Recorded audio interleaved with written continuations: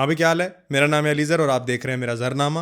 I welcome you all to the one and only business based podcast of Pakistan, powered by एडवेंटाक। आज हम जिस topic में घुस के फटेंगे वो है बिजनेस का स्केल। वो फुट्टा नहीं जिससे आप मैट्रिक के पेपर में मार्जिन लाइनें लगाते थे, बल्कि इकोनॉमीज ऑफ स्केल की बात हो रही है। तो शुरू करते हैं बगैर किसी डिले के। जब से मेरे कंटेंट का कमबैक हुआ है, आप लोगों को पता होगा कि मैं one on one business consultations दे रहा हूँ आजकल लोगों को। और उन one on one business consultations में जाहिर है मैं अपनी नॉलेज और एक्सपीरियंस के मुताबिक लोगों को कुछ बता रहा होता हूँ, बट जो मसले वो बता रहे होते हैं उसे सीख भी रहा होता हूँ, और अपने एक्सपीरियंस के पंडारे में से कि जो जो मुझे फील हुआ था, जो जो मुझे फेस करना पड़ा, उसकी बेस पे मिसालें दे देकर उनको भी बता रहा होता हूँ। तो द बिगेस्ट प्रॉब्लम मेरे साथ जो आई है, जो आईटी प्रोफेशनल्स की तरफ से सबसे ज़्यादा आ रही है, वैसे और भी लोगों के पास आ रही है, मैन्युफैक्चरिंग में हो या डिस्ट्रीब्यूशन बिजनेस में या और भी चीज़ों में हो, बट जो सबसे ज़्यादा बड़ी प्रॉब्लम आईटी प्रोफेशनल्स के साथ आ रही है, मैंने कहा क्योंकि कॉमन प्रॉब्लम है आपके साथ शेयर करता हूँ, वो है बिजनेस में स्केल डेवलप करने की। होता क्या है कि जो most of the IT professionals मेरे पास कंसल्टेशन में आते हैं, उन्होंने अपवर्क के थ्रू, फाइवर के थ्रू या डायरेक्ट क्लाइंट्स हंट करने के थ्रू एक software house kind of business model create कर लिया है, जहां उनके पास क्लाइंट्स रिटेनर पे लगे हुए हैं। वो उनसे आवरली बेसिस पे कोड लिखवाते हैं, नीचे उन्होंने लड़के रखे हुए हैं और वो उनसे कोड करवा के आगे बेच रहे होते हैं, और अच्छा उनका सिस्टम चल रहा होता है। यानी कि जिनकी मैं एग्जाम्पल दे रहा हूँ वो 5-7-8 हज़ार डॉलर के रेवेन्यू पे बैठे होते हैं। लेकिन ऑलमोस्ट सब के अंदर ये एक तकलीफ मैंने कॉमन देखी है कि क्योंकि उनका स्किल सेट CS का है, कंप्यूटर साइंस का है, वो फास्ट नस्ट इधर उधर से पढ़े हुए हैं, तो उनको बिजनेस का कोई अता पता नहीं है, जिसकी वजह से वो अपने बिजनेस के मार्जिन खाए चले जा रहे हैं। सो मच सो कि कोई मैन्युफैक्चरिंग का बिजनेस अगर कोई करता है, जैसे पाकिस्तान में अगर नेस्ले है, तो नेस्ले एक बहुत बड़ा बिजनेस है जिसका weighted average cost of capital निकालने के बाद ऑलमोस्ट 14% के मार्जिन पे करता है, because it's a distribution and a manufacturing business. तो इसमें तो ये समझ में आती है कि जहां मैन्युफैक्चरिंग करते हैं आप 10-15-20% पर रह के अच्छा बिजनेस कर सकते हैं, क्योंकि आपका स्केल होता है करोड़ 2 करोड़ का। लेकिन सॉफ्टवेयर में क्योंकि आपकी कोई प्रोडक्ट नहीं है, कोई मैन्युफैक्चरिंग नहीं है, कोई कन्वेयर बेल्ट नहीं है, तो इतने मार्जिन पे होने का बिजनेस समझ में नहीं आता है। कम से कम 40 से 50% ग्रोस मार्जिन का बिजनेस है, और ये जो हमारे आईटी प्रोफेशनल्स हैं इसको अचीव नहीं कर पा रहे होते। तो क्या कॉमन प्रॉब्लम्स आ रही होती हैं आईटी प्रोफेशनल्स को, उसको आज डिस्कस कर लेते हैं वन बाय वन। रिसेंटली मैंने कंसल्टेशन की, एक आदमी आया, उसने कहा जी मैं महीने का $8,000 रेवेन्यू करता हूँ। मैं बड़ा खुश हुआ, मैं कहा बंदा तो है, मैं कहा फिर आपकी समस्या क्या है यहाँ पे आने की? तो वो कहने लगा कि जी मैं जो है ना अपने घर के लिए 2-2.5 लाख बचा लूँ, ये मेरे लिए बहुत होता है। मैंने सर पकड़ लिया कि यार $8,000 मतलब तकरीबन 24 लाख तुम कर रहे हो, तो उसमें से तुम सारे पैसे ज़ाया कहाँ पे कर रहे हो? जब उसने अपने कॉस्ट स्ट्रक्चर, सैलरी स्ट्रक्चर बताया, तो पता चला कि भाई उसने जो नीचे बंदे रखे हुए थे ना, वो उसको खाए चले जा रहे थे। यानी कि वो अक्सर उससे पैसे भी ज़्यादा लेते थे, काम भी उसको खुद करना पड़ता था, और इसके बावजूद वो सिर्फ 2-2.5 लाख पे बिजनेस कर रहा है। यानी कि तकरीबन 20 लाख रुपए वो सैलरियों में और वेजेस की मद में दे रहा था। उसने सैलरियों को कैप नहीं किया हुआ। क्यों कैप नहीं किया हुआ? क्योंकि उसको ये नहीं पता कि CEO और दुकानदार में क्या फ़र्क होता है। उसने अपवर्क पे एक ज़माने में कोविड में प्रोफाइल बनाई थी, उसकी चल पड़ी, उसे रेवेन्यू लग गया, नीचे लड़के रख लिए, लेकिन उसको बिजनेस का कोई अता पता नहीं है। अब ये जो साहब उस मीटिंग में आए, उनका गोल ये था कि मैंने पैसे बचा के लम्स से MBA कैसे करना है। तो इस पे मुझे बड़ी हैरानी हुई कि यार आप एक कोडर आदमी हो, आप CS के एक्सपर्ट आदमी हो, आपका क्या काम है MBA करने के साथ? तो कहता है सर मुझे ऑपरेशन सीखने हैं। So the problem statement that most of the IT professionals are facing is that कि उनको ऑप्स नहीं आते, यानी ऑपरेशंस एंड मैनेजमेंट नहीं आती, मार्केटिंग भी नहीं आती, बिजनेस डेवलपमेंट भी नहीं आती।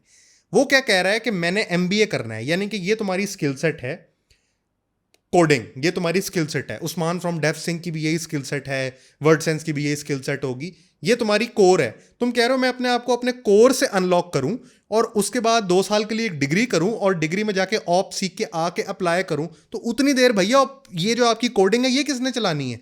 तो प्रॉब्लम ये है कि ये जो आईटी प्रोफेशनल्स हैं इनको मैनेजमेंट का काटा है, और इसकी वजह से ये अपने बिजनेस को एफ करते चले जा रहे हैं। सबसे पहले तो 2020 से मैंने जब से बिजनेस वीडियोस बनानी शुरू की हैं, मैं एक बात चीख चीख के बोल रहा हूं कि स्केल करो, स्केल करो, स्केल करो, स्केल करो। मुझे नहीं पता कि वो बात आगे तक पहुंची है कि नहीं पहुंची, बट जो फेसबुक का हमारा एक बिजनेस ग्रुप बना था, जो टेलीग्राम पे बना था, उस पे मैंने detailed one on one lecture zoom पे बुला के लाइव लेक्चर दिया था कि इकोनॉमीज ऑफ स्केल क्या होता है।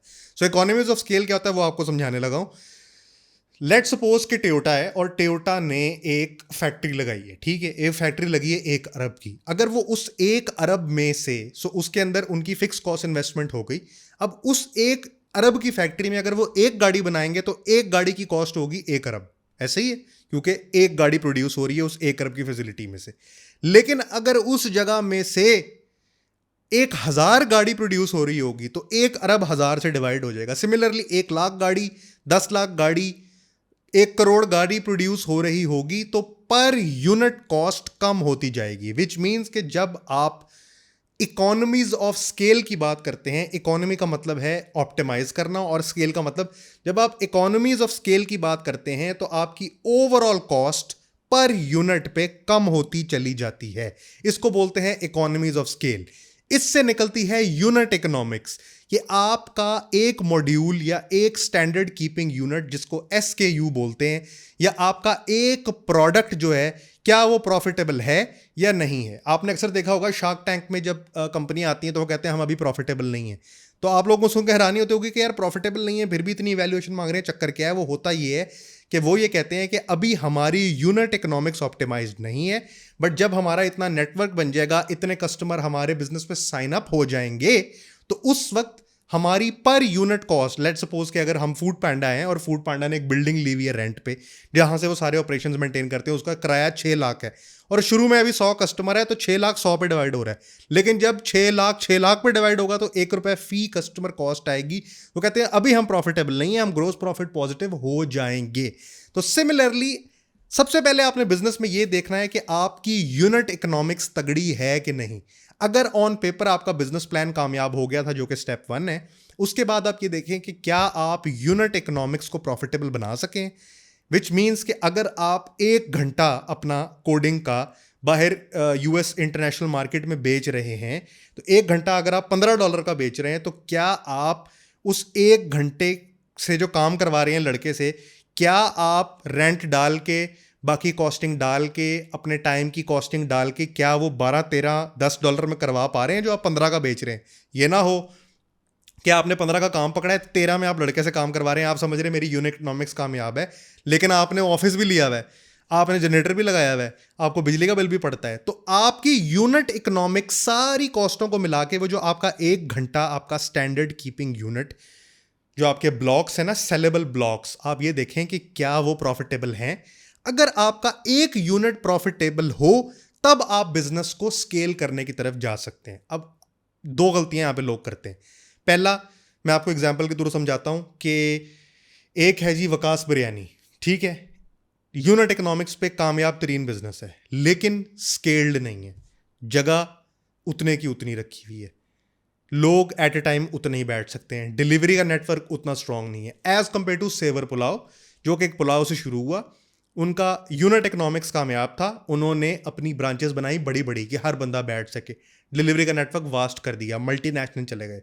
तो वकास बिरयानी यूनिट इकोनॉमिक्स पे जितना मर्जी कामयाब हो जाए, अगर वो एक यूनिट के पीछे 300 रुपये भी कमाने लग जाए और सेवर फ्रूट 100 कमा रहा हो, तो वो अपना सेवर फूड अपना वॉल्यूम बेचेगा एक दिन का 1000 यूनिट और ये बेचेगा दिन का 100 यूनिट, तो दोनों का कभी मवाजना नहीं हो सकता। इसलिए आपका यूनिट इकोनॉमिक्स कामयाब यानी कि प्रॉफिटेबल होने के बाद जो नेक्स्ट स्टेप आप जिस पे जाएं वो हमेशा स्केल होना चाहिए। अच्छा, इसमें 2 गलतियां मैं आपको बताने लगा था। पहला ये कि स्केल करने की जल्दी, यानी कि यूनिट इकोनॉमिक्स अभी कामयाब नहीं है, पहले ही स्केल कर लिया। अक्सर सेठों में ये आदत होती है, करते क्या है कि वो कहते हैं अच्छा ये कैसा बिजनेस जा रहा है, प्रॉपर्टी का अच्छा बिजनेस जा रहा है, चले जी वेरी गुड, एक काम करें, एक ऑफिस बनाएं, 6 बंदे रखें, 2 लड़कियां रखें, इतने कंप्यूटर लें, कॉल सेंटर बनाएं, AC लगवाएं और इसको चलाएं। तो वो हर एक इंडिविजुअल सेल्स यूनिट को प्रॉफिटेबल करने से पहले स्केल करके बैठ जाते हैं, 3-6 महीने में दिवालिया निकल जाता है। स्केल करने में जल्दी करना गलती है। दूसरा है स्केल करने में देरी करना। क्या आपने एक यूनिट को प्रॉफिटेबल बना लिया था, आपने फाइवर अपवर्क पे प्रोफाइल बनाई, बहुत अच्छी चली, लेकिन आपने उसको समय रहते स्केल नहीं किया, वक्त के साथ साथ आपकी ज़रूरियात बढ़ी और उन ज़रूरियात के बढ़ते समय आपने उसमें से पैसे तोड़ने शुरू कर दिए, बिजनेस को बिजनेस की एंटिटी नहीं दी, पैसे को खाना शुरू कर दिया और नतीजतन आपका वो जो प्रॉफिटेबल यूनिट था वो लॉस में जाने लग गया। तो यूं ही आप अपने एक स्टैंडर्ड कीपिंग यूनिट या अपने एक सेलेबल यूनिट को प्रॉफिटेबल बना लें, उसको स्केल की तरफ लेके जाएं। स्केल की तरफ आपने कैसे लेके जाना है कि सबसे पहले आपने 1 साल का बिजनेस प्लान बनाना है। 2020 की जो हाउ टू डू बिजनेस वाली वीडियोस में मैं बता चुका हूँ कि बिजनेस प्लान कैसे बनता है। बिजनेस प्लान बनाएं, उसमें रिव्यूज़ रखें, क्वार्टरली हर 3-3 महीने बाद रिव्यू रखें कि ये मेरे सेल्स टारगेट है। याद रखें business is all about sales, sales is everything. Accounting भी टर्शरी है, HR फाइनेंस सब कुछ टर्शरी है, मैनेजमेंट सब कुछ टर्शरी है, यानी कि ट्रिवियल है। Sales is everything, business is sales, sales is business. और अगर सीईओ सेल्स नहीं कर सकता तो वो कुछ नहीं कर सकता। एनीवेज, तो आप जैसे ही उसको एक यूनिट को प्रॉफिटेबल बना लें, बतदरीज, हौले हौले, आहिस्ता आहिस्ता एक यूनिट को डुप्लीकेट करें, और साथ साथ अपने बिजनेस प्लान को इस तरह मैनेज करें कि उसमें आप ये देखें कि क्या ये चीज़ आप 100,000 10,000 लोगों को दे सकते हैं। यानी कि मैंने एक इन्वेंशन की है, आइजैक न्यूटन ने बल्ब बनाया, या टेस्ला ने अगर बिजली डिस्कवर की, तो उसने तो एक बिजली डिस्कवर कर ली, अब दोबारा बिजली डिस्कवर पूरी गैलेक्सी में पता नहीं कब होगी, लेकिन उसकी अप्लाइड साइंसेस से कितनी प्रोडक्ट्स बन गई। तो फेसबुक बार बार इन्वेंट नहीं होगी, बट फेसबुक के ऊपर बनने वाले मुख्तलिफ टूल्स, उसकी एड्स, उसका मैसेंजर वगैरह वगैरह उस पर से मोनेटाइज होते रहेंगे। सिमिलरली जब आप एक चीज को मोनेटाइज कर लें, तो फिर आप ये देखें कि आप उसको मजीद अप्लाई कैसे कर सकते हैं और एप्लीकेशन की तरफ जाएं। तो आपने एक यूनिट को मोनेटाइज कर लिया, slowly slowly you start moving towards scaling it. So let's see that if you can give this same service to 100, 1000 and 10,000 people, if this is applicable, तो आपने पहला क्या किया कि आपने एक यूनिट को प्रॉफिटेबल बनाया। दूसरा, आपने ये देखा कि क्या ये रिसोर्स रेप्लिकेबल है, क्या मैं इसको 10,000 लोगों को दे सकता हूँ। अगर दे सकते हैं तो वन बाय वन करके अपने यूनिट्स को बढ़ाते जाएं, विच मीन्स कि अगर आपने एक लड़का रखा हुआ था, आप 2 लड़के रख लें, लेकिन साथ ही बिजनेस डेवलपमेंट को भी बढ़ा दें कि जो दूसरा है वो वेला ना बैठ रहा हो। ये करते करते करते इस पे एक कैप लग जाएगा, यानी कि एक अपवर्क का अकाउंट आपको एक लिमिटेड अमाउंट ऑफ काम दे सकता है, तो उसी पे मत बैठे रहें। एक और अपवर्क का अकाउंट बना लें, उसको रैंक कर लें, उसको चला लें, एक और फाइवर का अकाउंट बना लें, बट इसको इस तरह से स्केल करते जाएं। और अगर फॉर एग्जाम्पल आप बीइंग, जिस तरह उस बंदे ने मुझे कहा कि मैं एक IT प्रोफेशनल हूँ और मुझे समझ नहीं आती कि मैं सिर्फ 2-2.5 लाख कमा पा रहा हूँ, तो एक स्टेज ऐसी आनी चाहिए जब आप ठीक ठाक रेवेन्यू कर रहे हो। शर्त यह है कि आप तगड़ा रेवेन्यू कर रहे हो।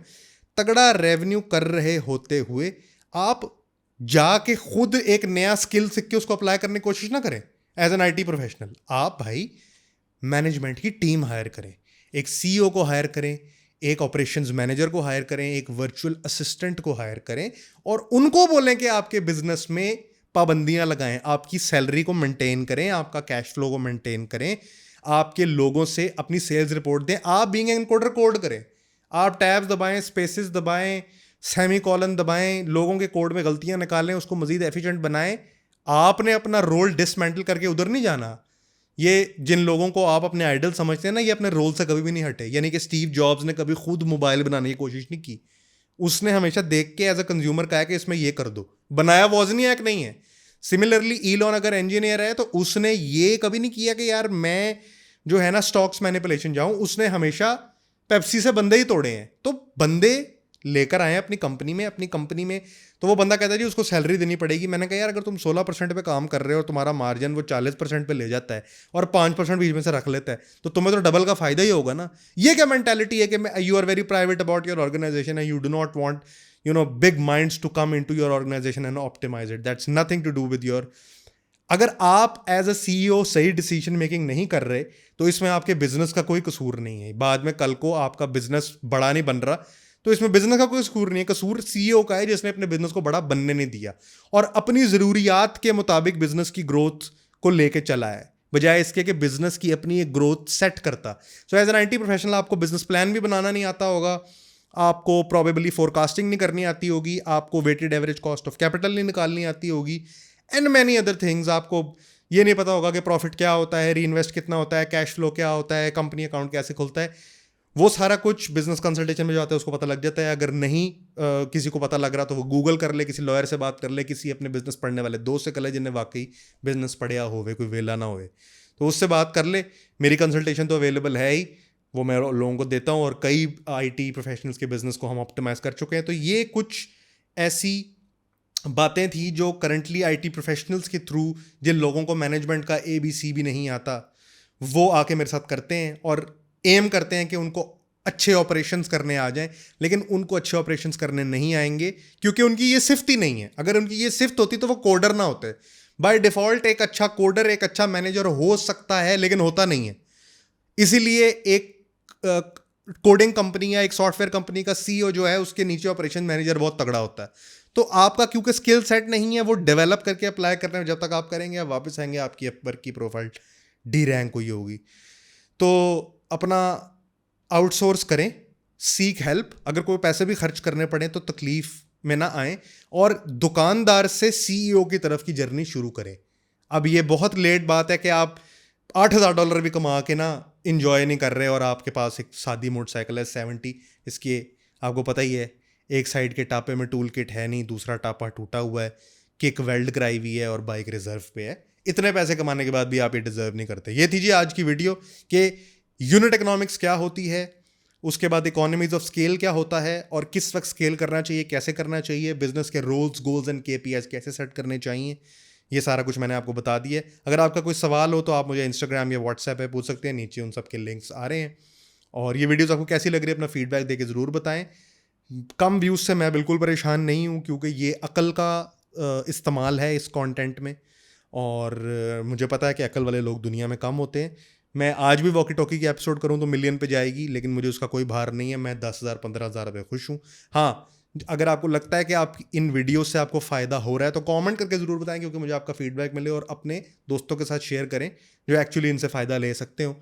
जिसको कंसल्टेशन चाहिए वो व्हाट्सएप पे आ सकता है, मेरी टीम से रब्ता कर सकता है। डिस्काउंट मत मांगिएगा, उनको अलाउड नहीं है। तो आप देख रहे थे जी मेरा ज़रनामा, which is the one and only business based podcast of Pakistan, powered by एडवेंटाग, and this is your boy AZ, over and out.